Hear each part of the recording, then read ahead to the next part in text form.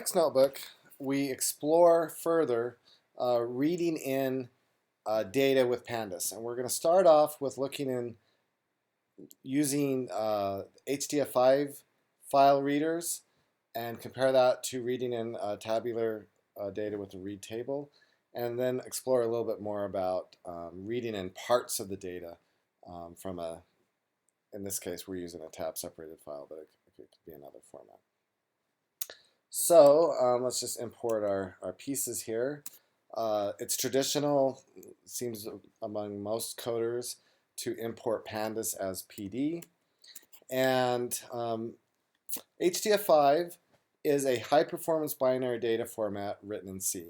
I think that the origin of it is in the astronomy world, where you're using very, very large files, but it's certainly used in other settings. So within radiology, where if you read in, data generated from an MR scanner might be in the hundreds of megabytes for a standard scan, or if you're getting an fMRI, which is a functional magnetic resonance imaging, which is a way to look at brain activity, you might get a file size that comes into the gigabytes.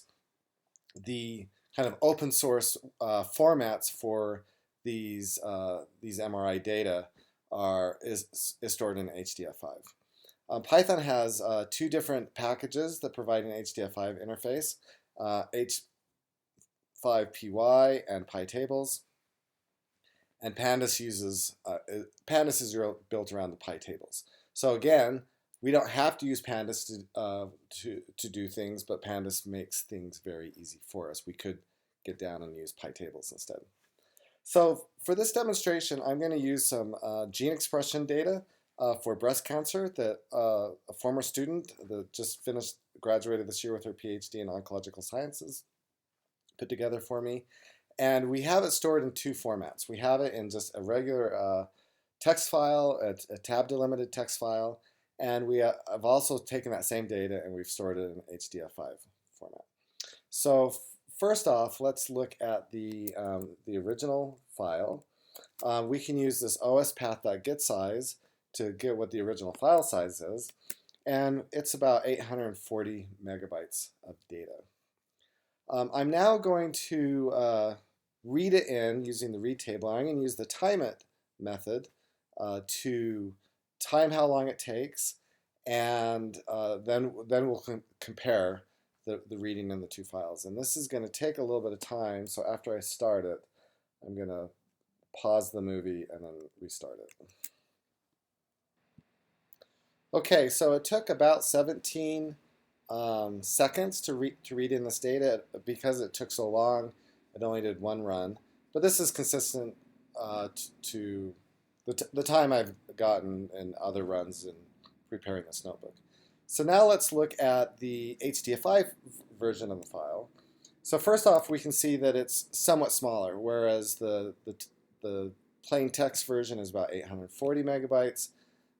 This HDF5 version is about 540 megabytes. So we have some space savings.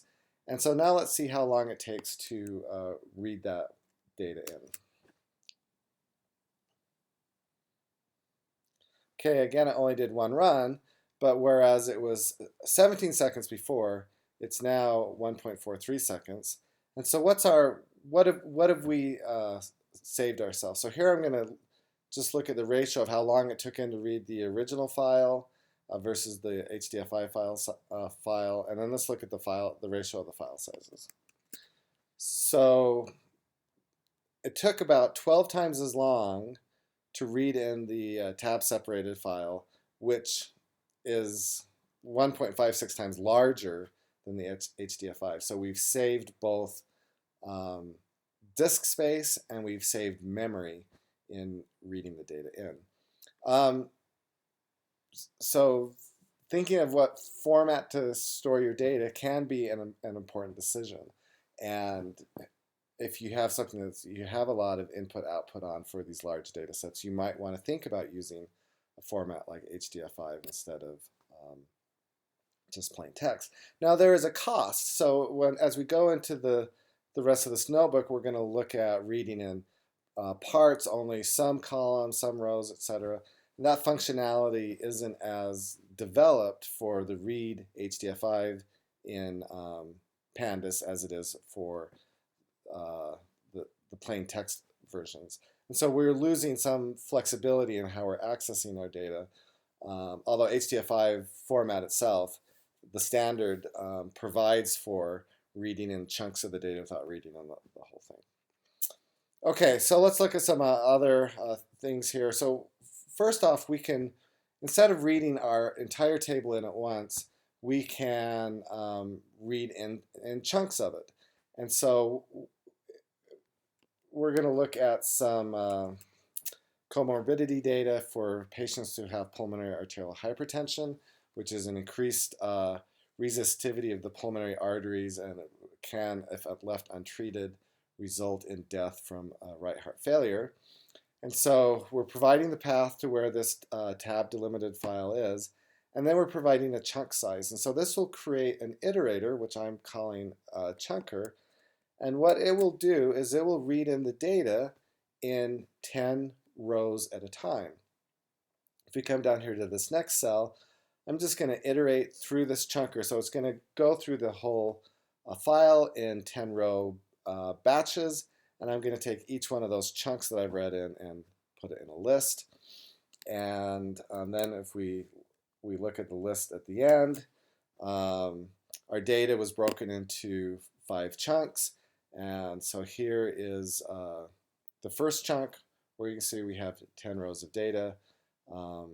Again, we have our subject ID, the text of our report, and the ICD-9 codes associated with that patient.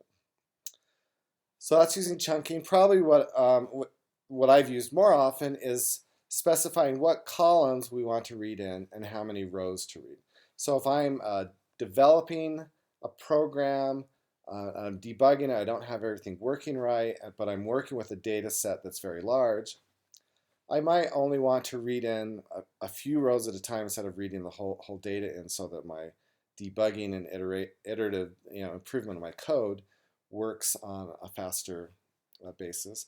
And oftentimes, we have lots of data, lots of columns that we're not really interested in for our application, and so we can specify which columns we want to read in, because those are the ones that we're going to be reading.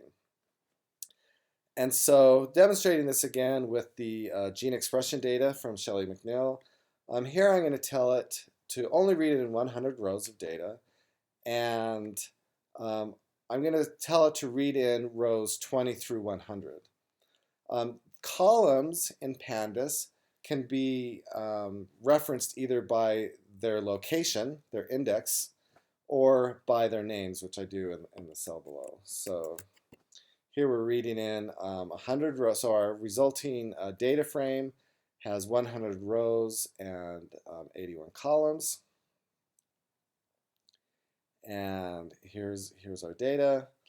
And we can do something similar here, where instead of specifying what range of indices we want to read in, we can provide a list of what are the column names that we want to read in. In this case, we're passing in 5 column names to read in.